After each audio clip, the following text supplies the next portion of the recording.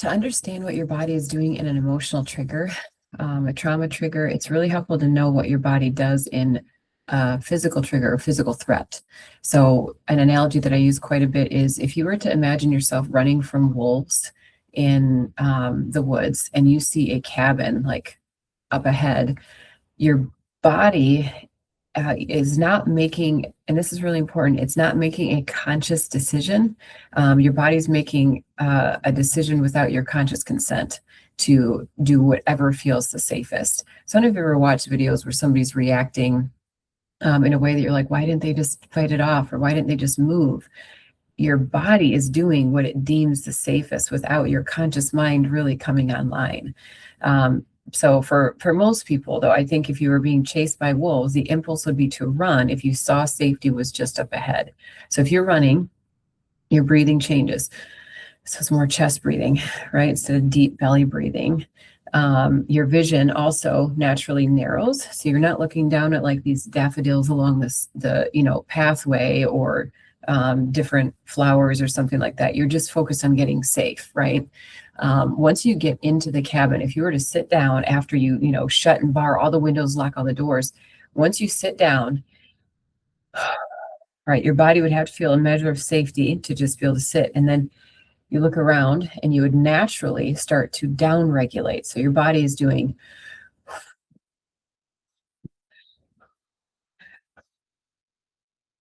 deep breathing, right? So it's just naturally, you're not having to think to tell your body, hey, we can calm down now. Your body is just naturally calming when it perceives there's no threat.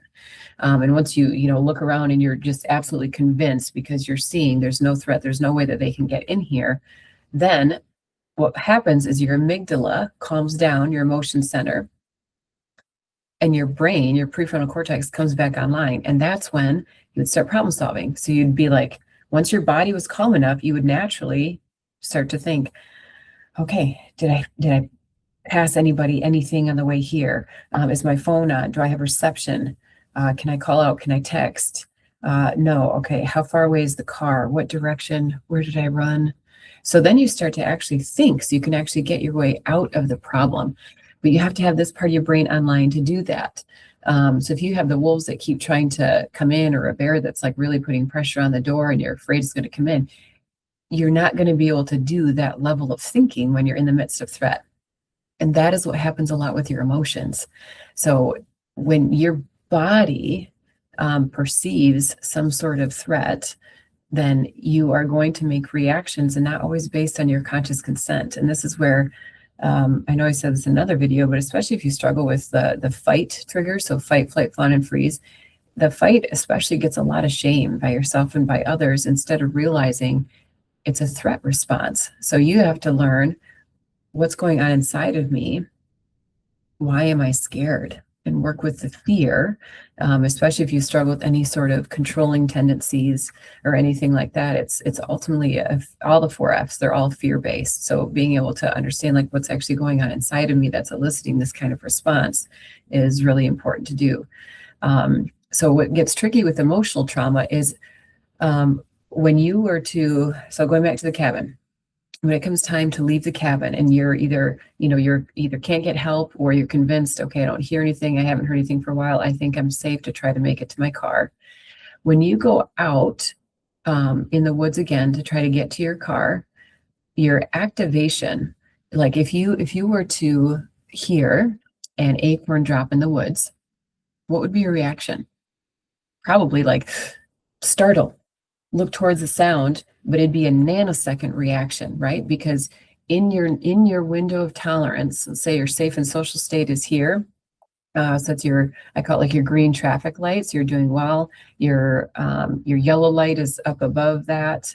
And sorry, I should have brought something to show you a visual, but the yellow light is up above, which is a fight flight. So the hyper aroused, the red is the hypo, which is more of a freeze, which is deceptive because it looks down regulated, but it's actually more activated. So to get into that more a different time. But when you are in that fight flight kind of thing, you're already elevated. So when you're walking out, your nervous system is going to still be on alert. So any potential threat is going to be boom, big reactivity. But if you had just been walking through the woods on a leisurely day with friends and you heard an acorn drop, you would more turn, look, and what was that? Oh, look at this, a squirrel. Oh, they're so cute, right? You wouldn't have a immediate big startle reaction, right? And this is where a lot of times when somebody is stuck in a chronic trauma response, oftentimes they don't even consciously know it, but they have a startle reflex. If you've ever had a coworker or family member or something that you feel like, "Ugh," every little thing, there's this like fight, flight, fawn, freeze, or some sort of reaction.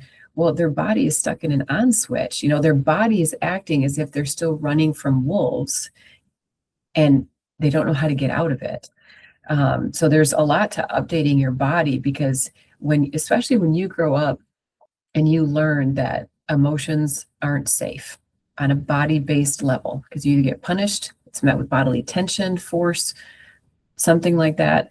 When you grow up with that, your body is going to register just the presence of another person as threat. So even in sessions all the time, I can notice when someone's low grade, either tense or there's a fawning response or trying to, put on a perfect vibe, even though they're in here because they're struggling, but you're in some sort of threat because it wasn't safe to be vulnerable. It wasn't safe to be soft.